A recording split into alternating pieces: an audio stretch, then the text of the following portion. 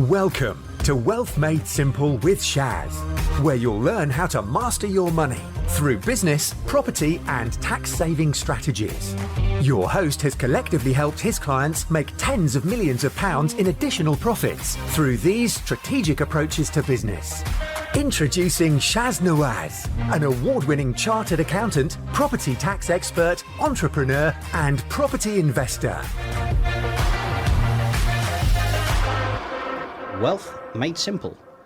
First things first, we're going to talk a bit about mindset and changing mindsets. And I know we've talked about changing your mind before, but we're going to focus more on generalizations and stereotypes, because there are a lot of stereotypes out there, a lot of generalizations that people make, and along with those generalizations, there are certain assumptions that go along with it, and what is at its core a generalization or a stereotype? Where does it originate?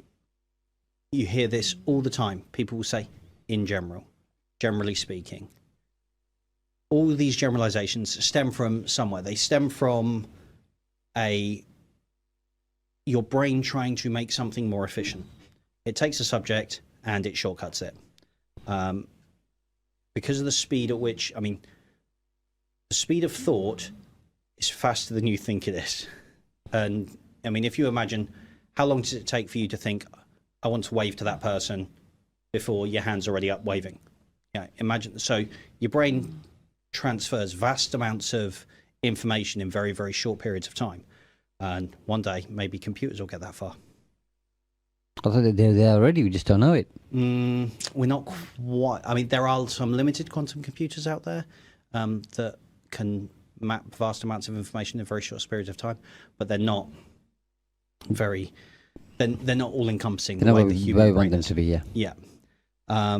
Another aspect of all of these generalizations come from your social influences, your cultural influences, from around how you've grown up, how the people around you have grown up, what generalizations they have. That's a big one, isn't it? Yeah. It really is. That kind of forms the basis for how most people think and behave. Yeah. Their environment, their upbringing, their education. Yeah, and people make generalizations and snap decisions all the time. Whether it's subconsciously, whether it's got a subconscious bias, whether it's got, any form of bias in any shape or form, or whether it's it can be a negative bias or a positive bias. You take, for example, you see someone walking down the street and they're in a suit carrying a briefcase. You instantly have an idea of how affluent they are, whether they're wealthy, whether they work hard, what sort of industries they work in. Yeah, you think you have that. And that's the point. Yeah. Because of your predisposed biases towards what you think people like that should look like or do, you automatically jump straight to the assumption that,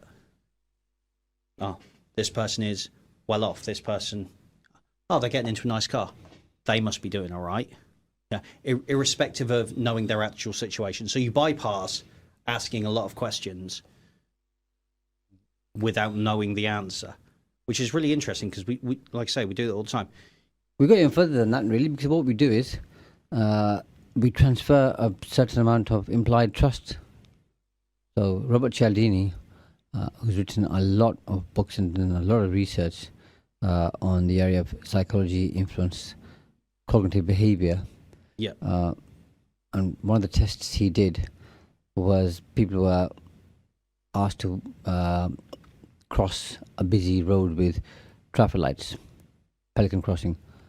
And the first test was an ordinary person, could be a man or a woman, just dressed like they look like an ordinary, regular person, and the lights are red, and they cross, and nobody follows them. The lights are red. The lights are green for the traffic, so everybody's still waiting. Yeah, still waiting, okay? And this person crosses. and they're all obviously waiting for the red lights. Yeah. Yeah. I was thinking as a driver as opposed to somebody who walks, because I don't do that often enough. So nobody else crosses, and then same test, same place, nothing changes. The only thing is the person who's crossing is now dressed formally in a suit, and lights are green, so traffic can flow. There's no traffic, and the person walks, and people behind them, some of them, follow. Just without even looking at the lights. See, should I be crossing? Nothing has changed. The only thing that like I said, changed was the attire of that particular person. That's just one example, and there's many of the tests that have been done. So we pass implied trust. Okay, this person is trustworthy or not. Now, generally speaking, it obviously takes time to gain someone's trust, but just the way you dress can, as you've said earlier, have a huge impact on that. Yeah, I mean, it really... Initial impact. Yeah. When people say first impressions count, part of the reason first impressions count is because of these generalizations. If you walk into an interview, for example, and you're in a suit, you look like a professional, you look like you're ready to work, there's an instant judgment that is made. Okay, this person came here to be serious. They made an effort, yeah. They made an effort. Hence why dressed apart. People use all the time, don't they? Yeah. Again, a generalization. Yeah. But if you turn up to that same job interview, even if you are more qualified...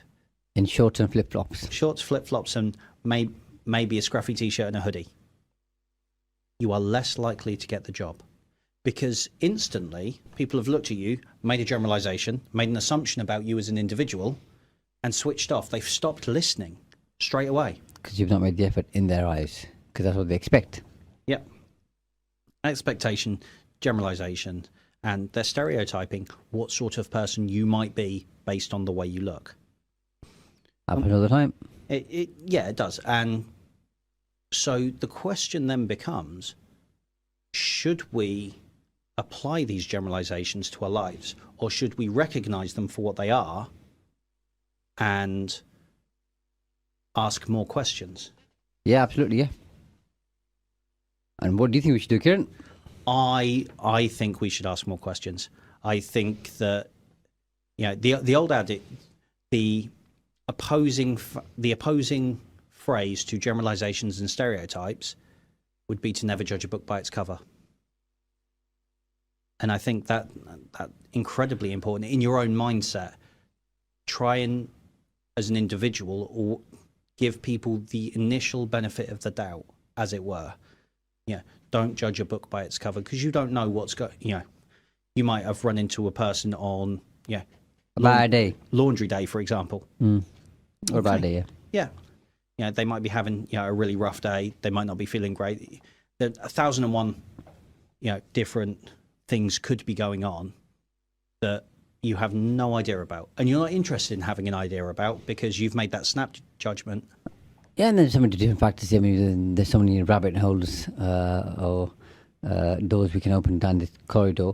But it also partly depends on how we perceive somebody, okay, and how we see them, okay. So we might, let's keep it simple. We might maximize, okay, them and hold them up in high esteem, or we might minimize them based on societal norms. Or let's just say there's a particular thing you think this person might be able to help you with. So we talk about property often, of course. So you meet somebody who is, let's say, doing property deals that you want to do for a long time, and then this person is well recognized, well known, established authority, whatever they might be in your eyes based on what you know about them, okay? And you'll probably hold them in high regard. So then you're now behaving very differently towards them and see them in a different light. So you allow that to blur your objectivity and your judgment. And you might do the same other way around. You might see somebody and you might just discount them for whatever reason. And this happens so often, especially I've seen, Kieron, in networking. Yes. They see somebody and they think, this person is not of much use to me, so either they don't talk to them or whatever else, or they don't spend much time getting to know them. And then I've seen this a few times. That's why I'm kind of I've got a smile, which is that person could be the perfect person. It is, because sometimes they say, "Oh, well, I've got a particular challenge, and I need to get through to that person over there." Okay, and that person over there is unapproachable, and you can't get through to him. And they say, "Well, funny you mentioned that, because I went to school with him." Yeah. You know, or they were my previous boss or something else. I know them well. I was with them over the weekend. And this is why it's... let me make introductions. Exactly. But obviously if you discount that person, and, because it's not who's in the room, it's who's in the room who has contact to other people that might be useful to you. Okay? So you get to people through them. Yeah. And that's why I think it's so incredibly important that we don't reach those overarching conclusions where we just minimize somebody because they're of no benefit to me for whatever reason.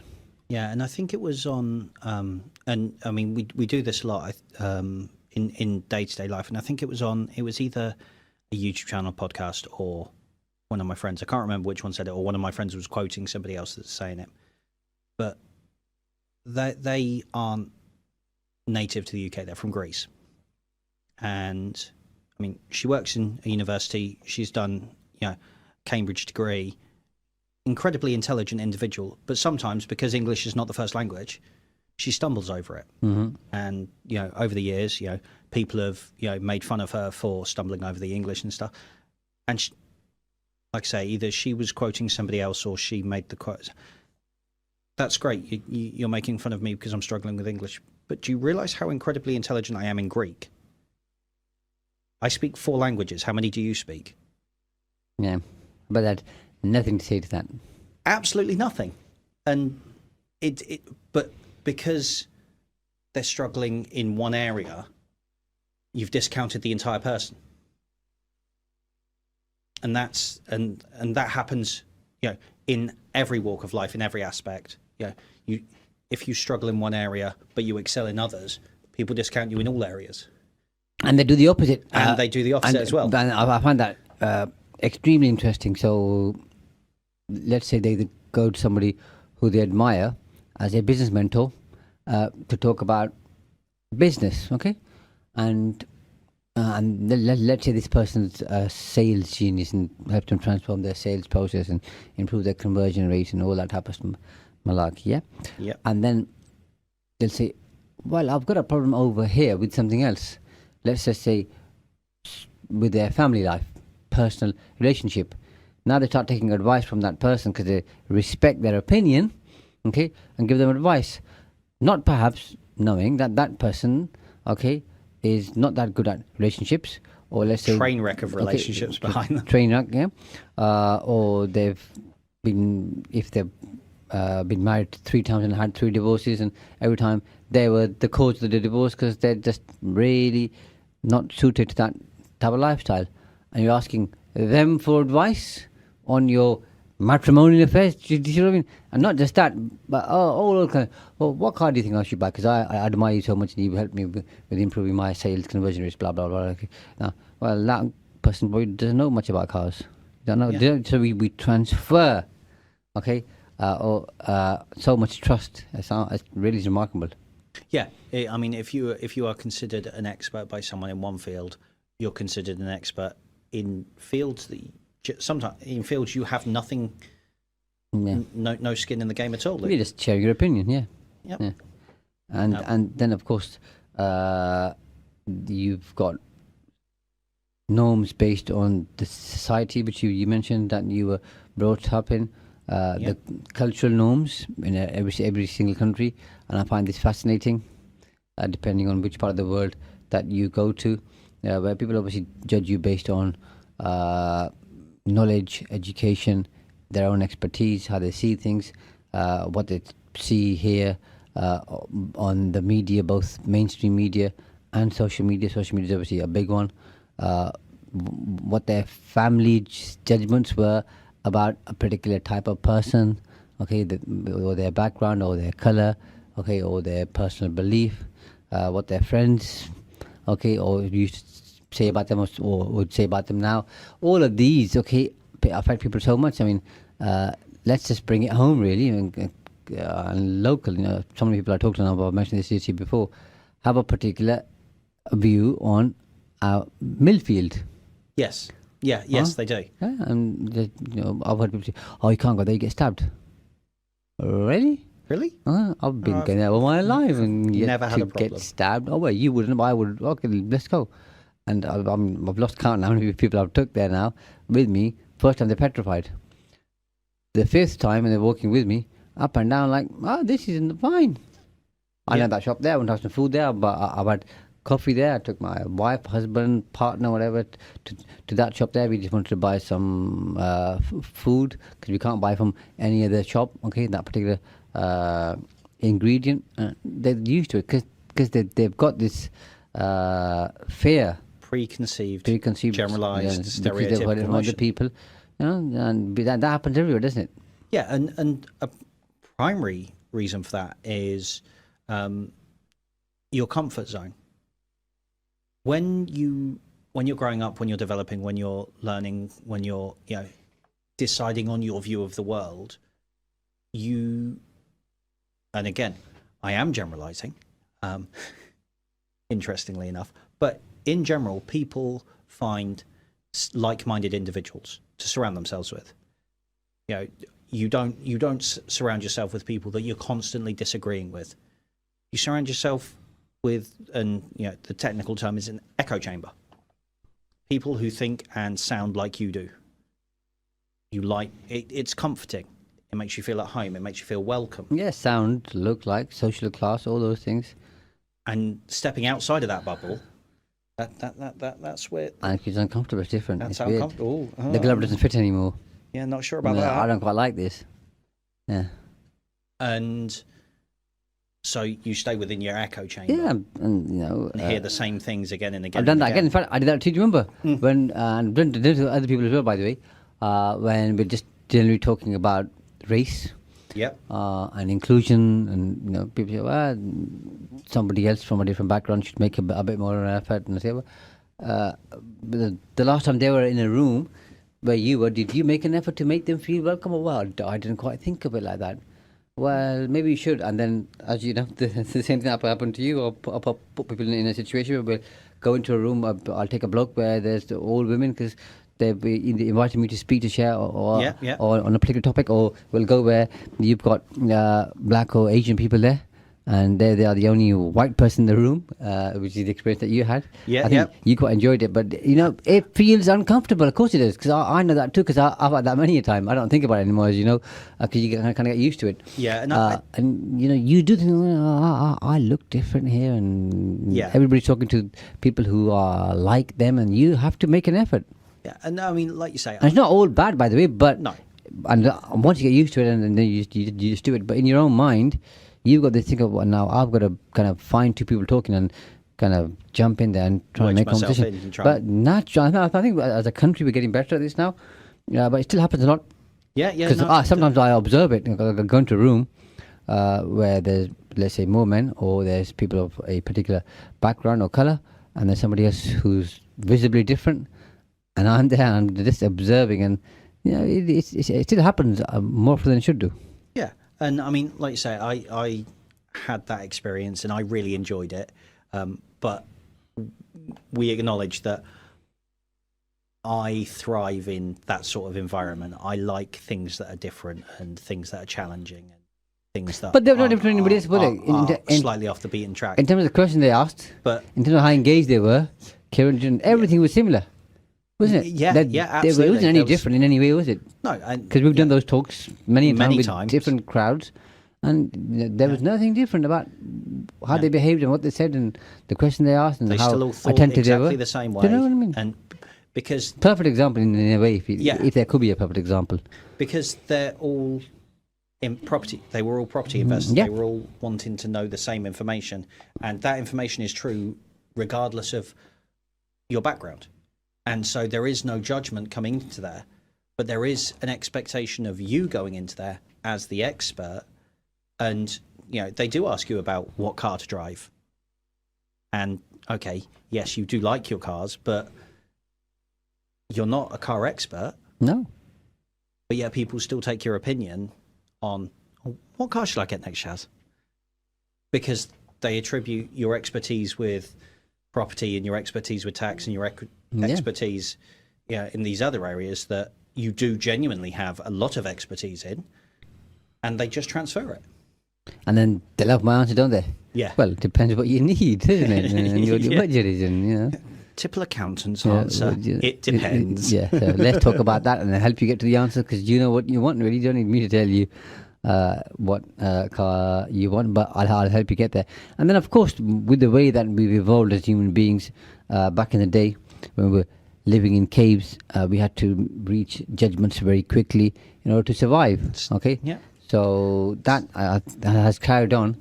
Okay, and that thought process is still in us, even though survival isn't the same there. We're not, going hunting, gathering anymore. No, and we don't have to fight other tribes but we still have this to little patch of land. But I think that's kind of evolved, but it's still instinctively is in us. So I think that has an influence.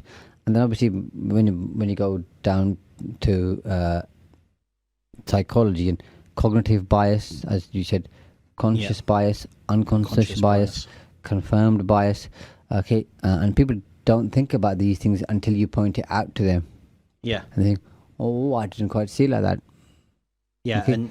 and for some people, that's a really big, eye-opening experience when you go, okay, but what about your unconscious bias? What did you think of this situation?